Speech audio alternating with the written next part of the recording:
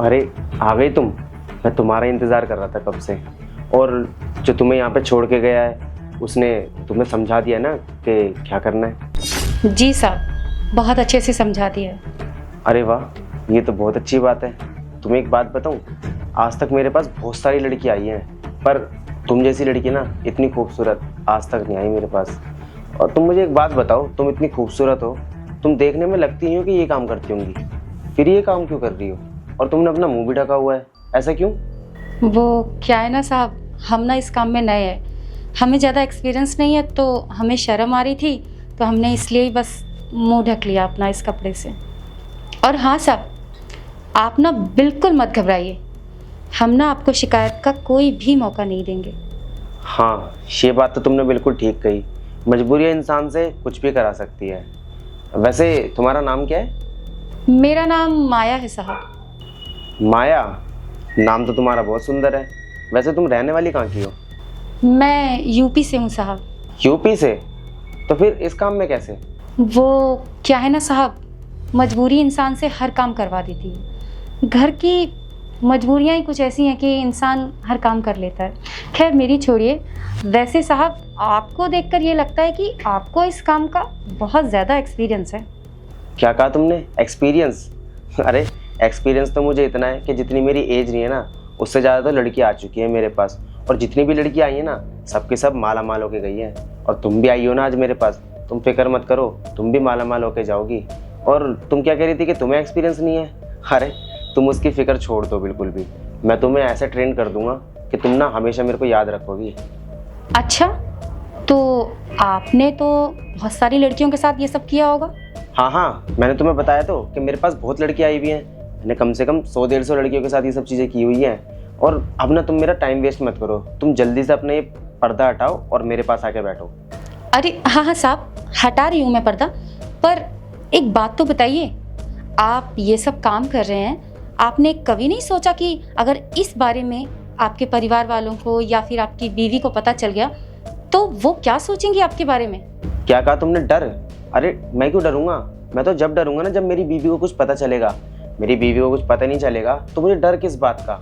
और वैसे भी वो तो मुझ पर इतना भरोसा करती है कि अगर कोई उसको बता भी देगा ना कि मैं ये सब चीज़ें करता हूँ, तो वो उनकी बातों पे ना यकीन भी नहीं करेगी। वो मुझसे प्यार ही इतना करती है। तो बस इसी चीज़ का फ़ायदा उठा के, उसके भरोसे का फ़ायदा उठा के मैं उसके पीठ पीछे ये सब चीज़ें करता हूँ। और वैसे भी मैं इकलौता ही ऐसा नहीं हूँ जो मैं ऐसा काम कर रहा हूँ। मेरे जैसे बहुत लोग हैं जिनकी बीवियाँ उन पर बहुत भरोसा करती है और वो अपनी बीवियों के पीठ पीछे ना ये गलत काम करते हैं। समझी तुम? अब जल्दी से ये पर्दा हटाओ और मेरे पास आके बैठो। बहुत देर हो गई है टाइम वेस्ट करते करते।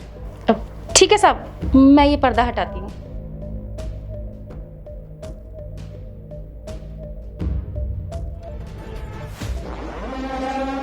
अरे जिया, तुम्हें शर्म नहीं आई ये सब चीजें करते हुए?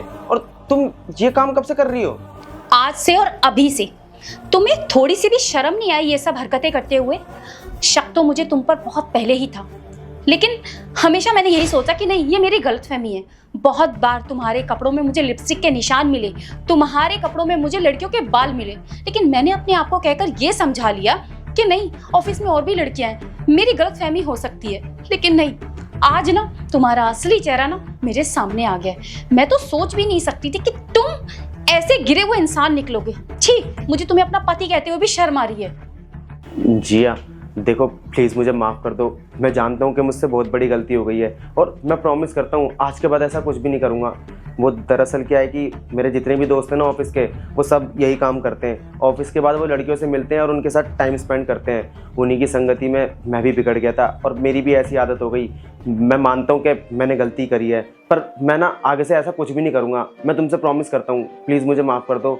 और ये बात ना प्लीज़ किसी को बताना मत। अगर किसी को पता लगेगा कि मैं शादीशुदा होते हुए भी ये सब चीज़ें कर रहा हूँ तो मेरी बहुत बदनामी हो जाएगी और मेरे माँ बाप तो पता नहीं मेरे बारे में क्या क्या सोचेंगे। प्लीज़ मुझे माफ़ कर दो, मैं आगे से ऐसा कुछ भी नहीं करूँगा, प्लीज़। चुप रहो तुम, एक और शब्द नहीं सुनूंगी मैं। क्या कहा तुमने कि तुम दोस्तों को देख के बहक गए थे? अच्छा, खुद का दिमाग नहीं है क्या? खुद के अंदर सोचने समझने की शक्ति नहीं है क्या? और जो तुमने किया अगर वही मैं करती तो क्या तुम मुझे माफ कर देते? नहीं शिबू, तुमने जो गलती की है ना वो माफी के काबिल नहीं है। और रही बात मम्मी पापा की, मैं अपने आप उनसे बात कर लूंगी, लेकिन तुम्हारे जैसे इंसान के साथ ना मैं एक पल भी नहीं रहूंगी, समझे तुम? जिया, मैंने कहा ना तुमसे कि मैं आगे से ऐसा कुछ भी नहीं करूंगा, और मेरे को एक मौका दे दो, मैं बस सुधर जाऊंगा। मैं आगे से ऐसा कुछ भी नहीं करूंगा, प्लीज मुझे माफ कर दो। माफ कर दूं तुम्हें? तुम्हें पता है तुम्हारा ये सच सामने लाने के लिए ना मुझे आज ये रूप धारण करना पड़ा। तुम्हें पता है ना मैं कितने इज्जतदार घर से हूँ, लेकिन आज तुम्हारी वजह से ना मुझे ये सब करना पड़ा। अरे तुमने एक बार भी नहीं सोचा ये सब करने से पहले कि जब मेरे सामने ये तुम्हारी सच्चाई आएगी तो मेरे दिल पर क्या बीतेगी? कितना भरोसा करती थी मैं तुम पर, लेकिन तुमने मेरा भरोसा तोड़ दिया। तुम तो प्यार के लायक ही नहीं हो। मैं ही पागल थी जो तुम पर विश्वास करती रही। लेकिन बस अब बहुत हुआ। अब तुमसे मुलाकात ना सीधा कोर्ट में होगी। अब मैं तुम्हारे साथ एक पल नहीं रहूंगी। जा रही हूँ मैं। जिया, जिया मेरी